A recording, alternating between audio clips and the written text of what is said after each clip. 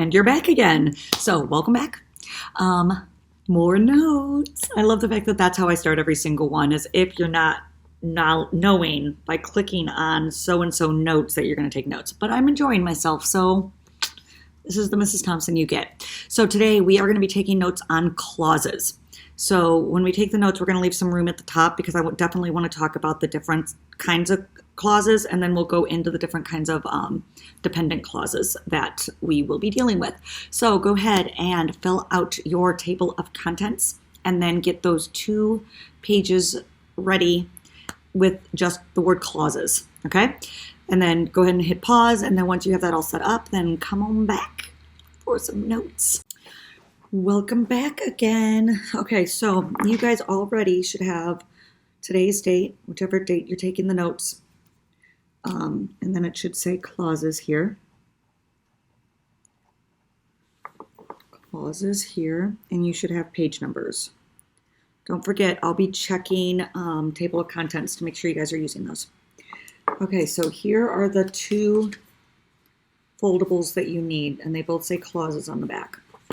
So pink and purple, or pink and green, as if I don't know my colors.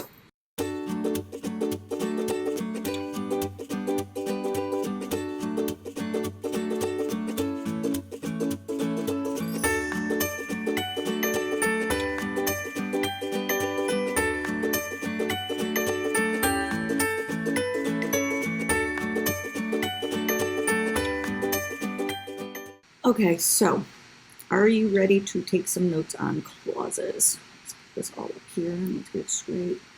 Okay, so there are 2 kinds of clauses. Okay, so the first one is an independent clause.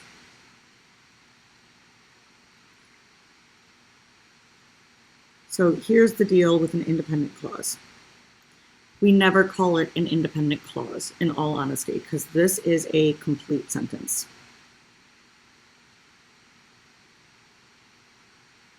Okay, so if it's an independent clause, it's a complete sentence. It can stand alone. When you become an independent person, you don't need anybody to help you. Well, to a point, okay? But like, I don't need my mom and dad to help me pay my bills because I have a job, so I become more independent.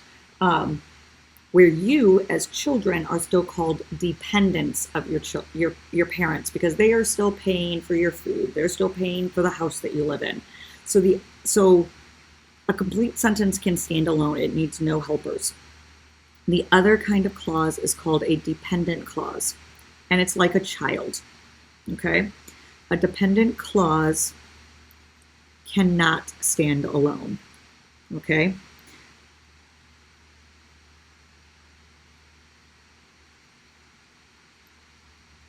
Okay, it is missing a subject or verb. Okay, it can't stand alone. Okay, just like you are dependents of your parents, this clause cannot stand on its own. Okay, it needs help. So we're going to talk about the different kinds of clauses. And there's 2 main dependent clauses. They are adjective clauses and adverb clauses. Okay, so if you read on the pink, it says a dependent clause. These are dependent clauses that modify nouns and pronouns. An adverb clause is a dependent clause that modifies a verb, an adjective, or an adverb. Here's what I'm going to tell you. For the most part, when you're going to do clauses, you're going to have to identify whether it's an independent or a dependent clause. Okay, so you're going to have to be able to identify, is it a complete sentence or is it a dependent clause? IXL is not going to ask you to identify whether it's an adjective clause or an adverb clause. Everybody understand that? You just have to recognize that these clauses are not, they cannot stand alone. They need these other words to help them, okay? So, adjective clauses, okay? Under here, it tells you how it works. So adjective clauses begin with a relative pronoun or a relative adverb. I'm not teaching you these. You just know them, I hate to tell you. Okay? They're words like who. Okay? So if I would have put who just graduated from high school, that's not a complete sentence, you guys, unless it's a question, okay? You need this other information. My brother, who just graduated from high school, broke his arm. Here's my subject. Subject. Okay. And this is technically my verb, you guys. Now, you could say graduated from high school. It looks like a verb. And like I said, if this was a question, who just graduated from high school? Graduated would work that way. Okay, so this is a form of a verb. It's just not the main verb in the sentence. Okay, so you can see that it needs these other things to help it stand alone. Who just graduated from high school? Not a complete sentence. Okay, so, oh, I lied. So if you put both of these up, here are your relative pronouns and these are your relative adverbs. It's really great that I paid attention to what I was typing in.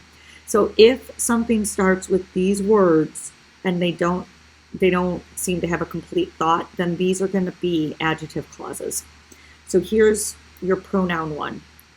They can carry viruses. Okay? That can harm people. So that can harm people is talking about they. Just like who just graduated from high school is talking about the brother. So brother is a noun, they is a pronoun. And that's what it's describing. But that can harm people. Can harm is a verb. So once again, it doesn't have a subject, but it does have that verb. Okay? The ones down here, adverb clauses, okay, they begin with a subordinate conjunction, okay, which we will learn about when we get to complex sentences, okay? But those are all listed here, okay? Here's all your subordinate conjunctions. I also have them up on my bullet or my cabinets. It says like one of my lower not lower, like underneath not underneath my counter, but up above my counter on the cabinets that open. One of them says conjunctions, and the top side of the conjunctions one says awubis, which is basically the AAA, WWW, UU, BBI, SS. So like it basically takes a lot of those to make a funny word that says awubis, okay? Which are all your subordinate conjunctions. So if you're in class, these are all listed in my room on a poster, okay? But so here's some examples. Okay, so until my grandmother retires, she will continue to ride the bus to work. So it's talking about when will she continue to ride this bus? Well, until my grandmother retires. So it's talking about when she's going to continue to ride the bus. So that's what it's modifying. This is modifying this, which is why it's saying it's modifying verbs. It can also modify an adjective. Abigail was late because her plane was delayed. Because her plane was delayed is describing the word late, which is an adjective. Okay, Abigail was late. Late's describing Abigail, and then it explains why she was late, because her plane was delayed. And the last one modifies adverbs. So it's got this ER word here, okay?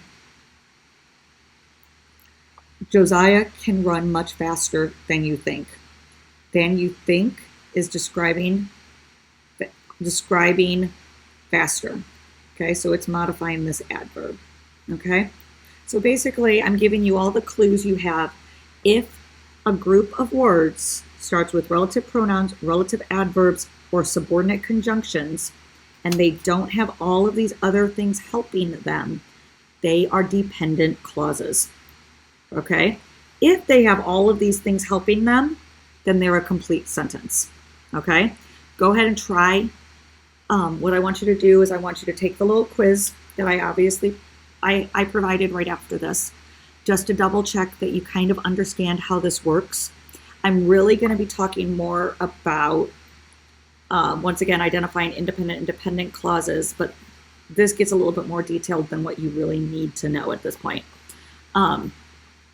If you feel like you need to take more notes, that is also what this page is for. So if you feel like you need to take more notes, then go for it, okay? After that, go ahead and get started on the IXL, and we'll be working on it in class.